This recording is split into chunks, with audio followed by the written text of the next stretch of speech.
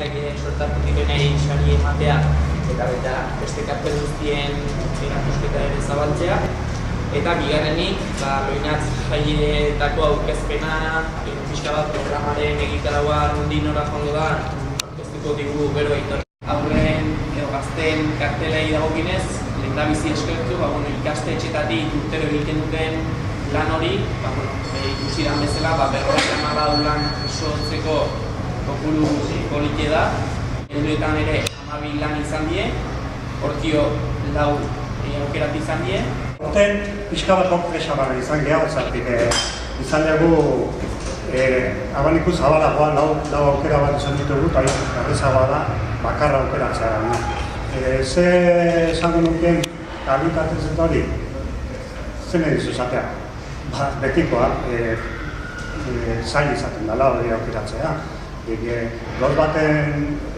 Gauz bat guztopa duguna, beste bat ikusten dugu, beste kalidade bat, beste batzuk, eta uste maila itxuroso maila bat ondala, maila ondala, eta gu egin duguna aldeuna, edo guri iritzi eman dugu.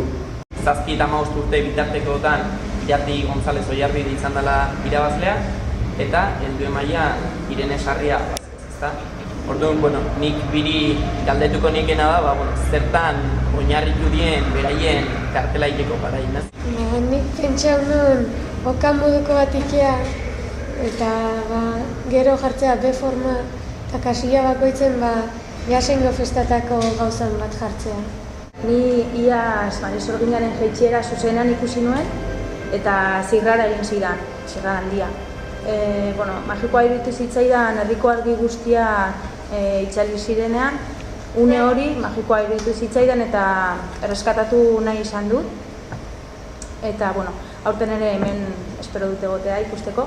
Eta baita ere espero dut mundu guztia animatuko dela, hainbeste merezi duen momentua bizitzera.